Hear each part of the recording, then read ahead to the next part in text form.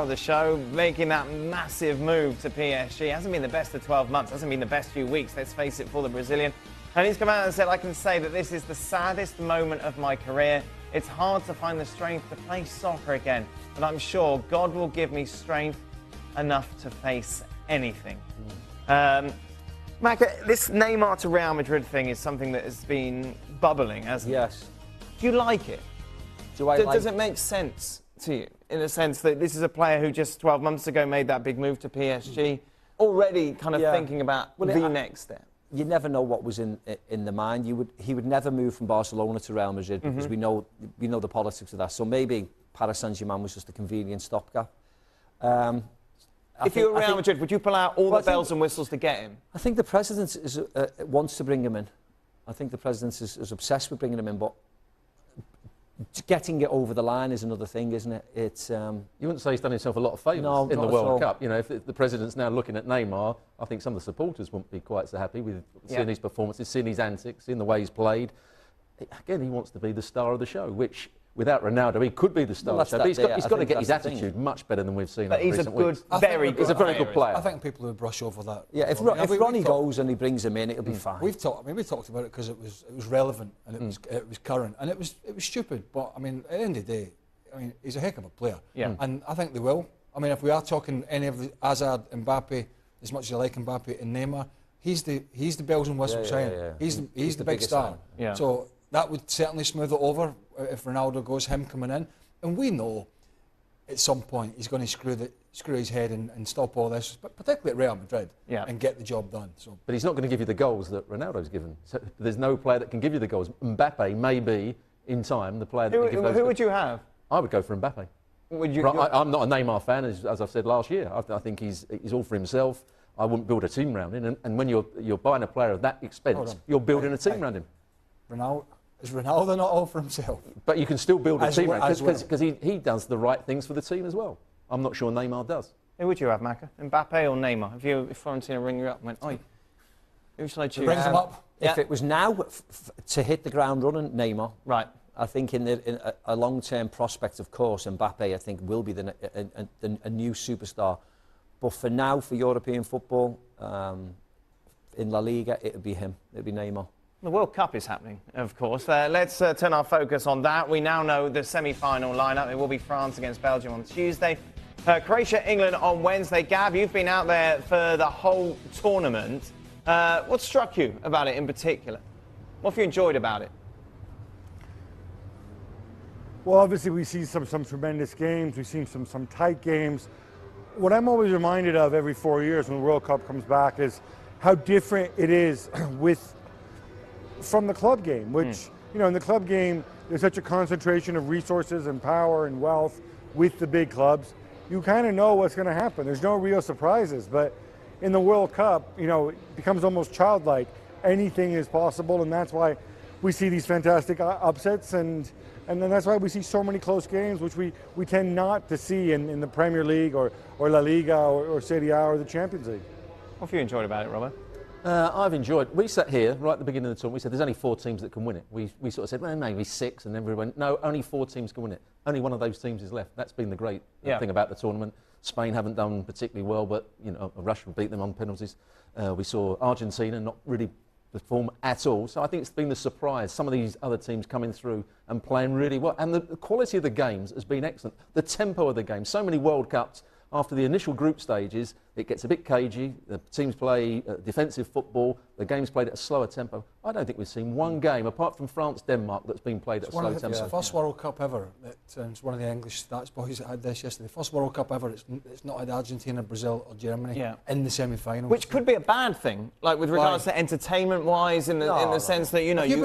Have you been watching this World Cup? Exactly. No, but that's what I mean. You're now trying to paint this in a negative light. No, what I'm trying to do is say that occasionally, like for example, if you have an FA Cup where it's Portsmouth against Cardiff, it doesn't grab you as much as you'd love to see the underdogs winning, but this still does because the games have been so good.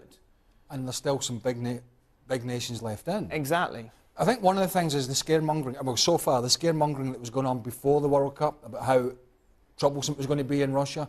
All the things, the feedback coming back from supporters and journalists and commentators has been, the whole thing it's not only been great on the park, the stadiums have been great, and everybody, almost everybody's been truly remarkably looked after and welcome. And I think the whole thing has just been engaged and I had an energy about it. On top of that, the football's been absolutely brilliant, and we've got 2 great semi-finals to look forward to. I think something you're seeing out of these semi-finalist teams, and you're hearing from the camps, is the team spirit within those sides. And you're seeing managers and players that are either taking a step down from their own egos to get what's best for the team, for the country, for everybody to get on these runs. And when you don't have, the big superstars kind of still in the tournament, it's been focusing on the teams. And I think that's been refreshing, as opposed to, all right, what is this guy going to do today? And what's he doing to his hair? And what's he going to do? No, it's focused back on the team is what matters, and the country, and let's get everybody together and see if we can go on a great run. Criticising people for doing things for their hair in the World Cup. Sorry? There's so many avenues we could go. Casey talking about hair. I don't think you two are in a position to be throwing any mud over here, to be quite honest. You talk about how it's been more about the team, maybe this World Cup, than others. And it's interesting, that's very much the rhetoric coming out of the England camp, isn't it? And obviously they broke that hoodoo of winning a World Cup penalty shootout for the first time. What's interesting is everything's coming in. Somebody said on television the other day, I heard them say they've broken the voodoo. Oh, broken the voodoo? No, that's all right. We could do that, I'm sure. Little faux pas. But you look at this, and there seems to be more preparation. That's certainly the stories in the last couple of days. The Maccas lot were unprepared. Is that what you're trying when to say? It comes to penalty shootouts, they're training after, they're tired to take them. They've had psychologists coming in. Is this nonsense? Yeah, I think it is nonsense. I do. I do. I think everybody knows what to do, but I know past managers have said you cannot replicate that moment where you're walking from A to take the penalty spot from the halfway line with these you cannot replicate that in the training sessions. Do you think Luka Modric, has taken the last couple of penalties in the training ground? He's probably smashed them in the top corner all the time.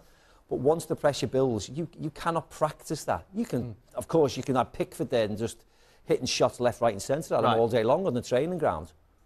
I think you have to, as a coach, you have to make the effort. To make the effort to do it and do the right things, but I'm not sure it has that much effect. No, There's still a lot. Remember, England were only a penalty away from almost going out when the hit the crossbar, the Colombian hits the crossbar, when Jordan Henderson already missed. And if he scores that, everything would go Colombia's way. And the 5 penalty takers, you cannot guarantee that they're going to be on the field at the end of the game. So it has to be constantly moving.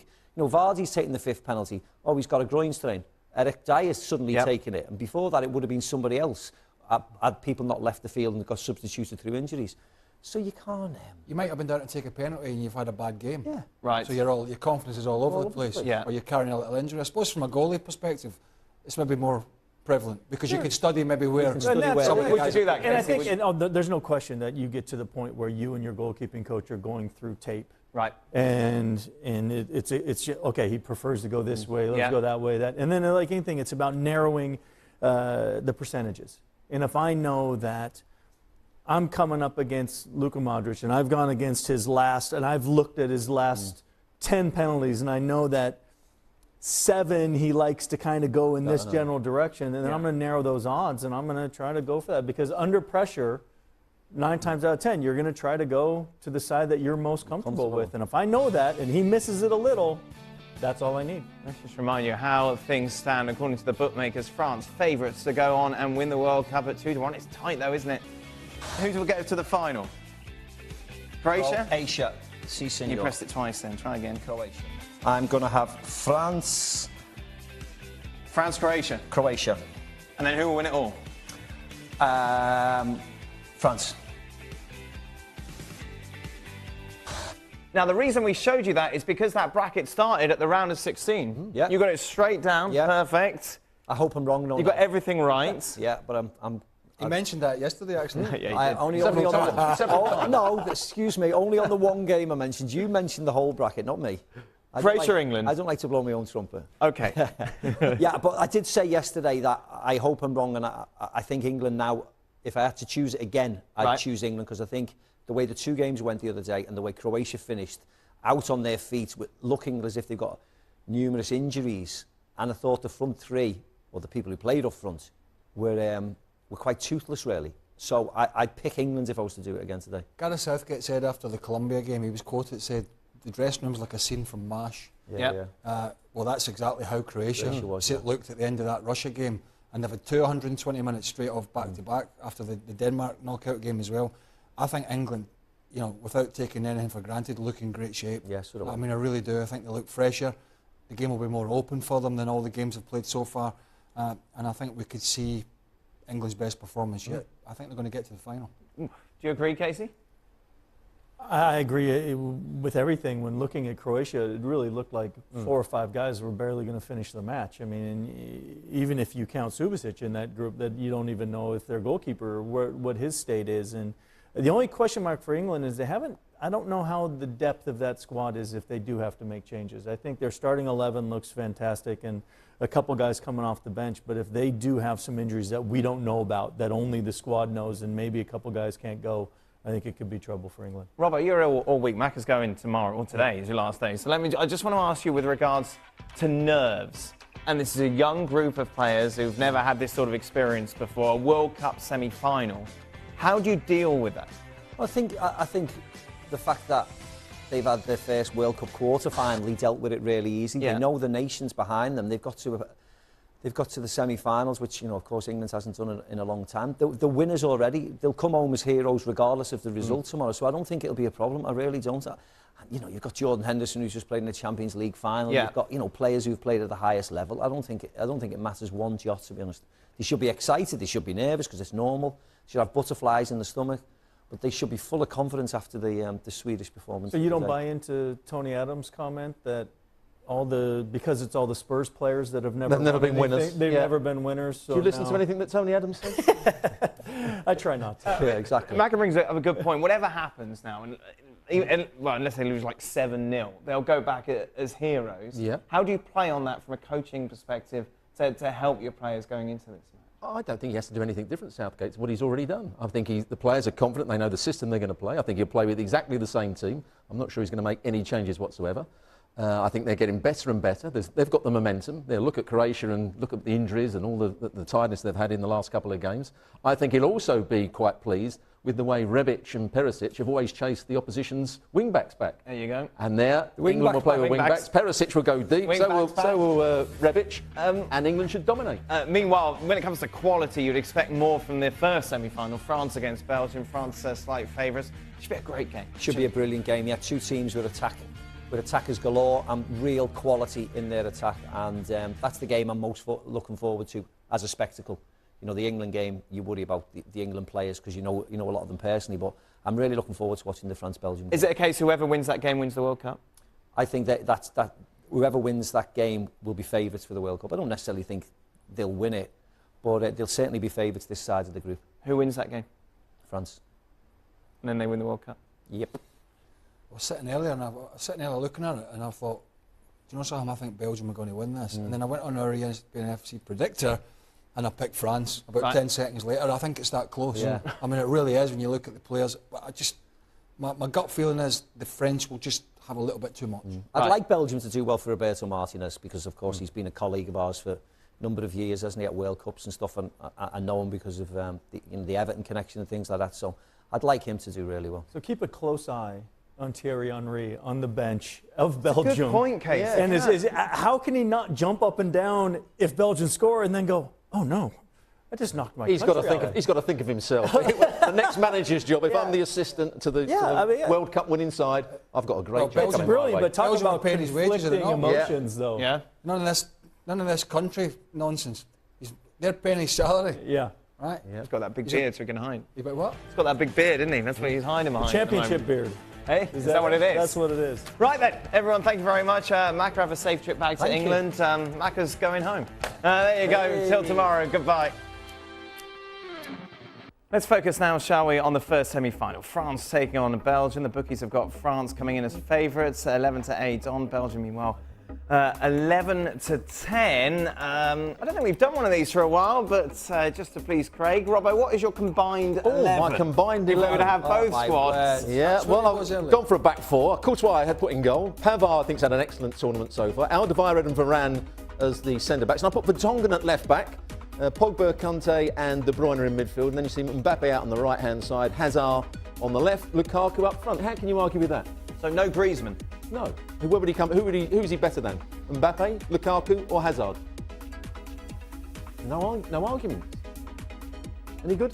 Can't believe he split the centre defenders up. You never split defenders up. Varane and Umtiti it had to be. Did it? Can't split the defenders. I think up. Alderweireld's a better player than Umtiti. Probably, but there's no telepathy with Varane then, you see. It's not about putting them in the team. It's about the players who have played well. But Craig, any arguments? No, not on a Sunday. Courtois or Lloris? Yeah, not on a Sunday. Maybe on a Monday, lad. But I think both Sunday. of them have had good tournaments. I think Lloris came up big in their quarterfinal, just as Courtois did. Courtois or Lloris? Who would you pick, mate?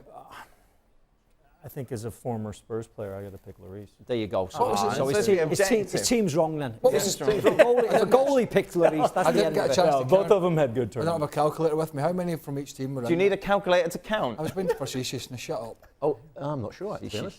Half and half, I think. 6 and 5. 6 and 5. Can't be And the manager, Can't I be put half down, and that half. was what we He's didn't the talk about, the 12th place. manager, Roberto Martinez, Oh, wow. over Didier Deschamps, because he's had a good Wow. tournament, I think. Roberto Martinez. Well, I wouldn't have said that at the beginning of the tournament, but come the end of the tournament, he's made the right decisions so far. So Belgium are going to win it then? No, France.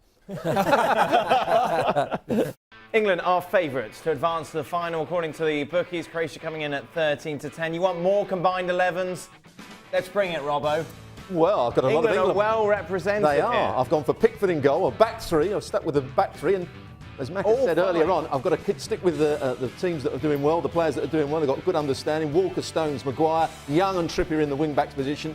Kane centre forward, but the players that come in for Croatia, Perisic on the left-hand side. I think Rebic has had a good World Cup, and in midfield, Modric and Rakitic. So that's the area where Croatia could cause England problems, central midfield.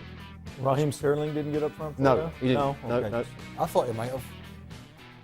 He's done great work, he just can't score. Another one of the many who hate Raheem Sterling at this World Cup. it No, seems. I like Raheem Sterling. It's not like you, that, Robbo. I thought you were all right with His both of them. tattoo or what? No, I like him, but I don't think he's good enough to get in that team.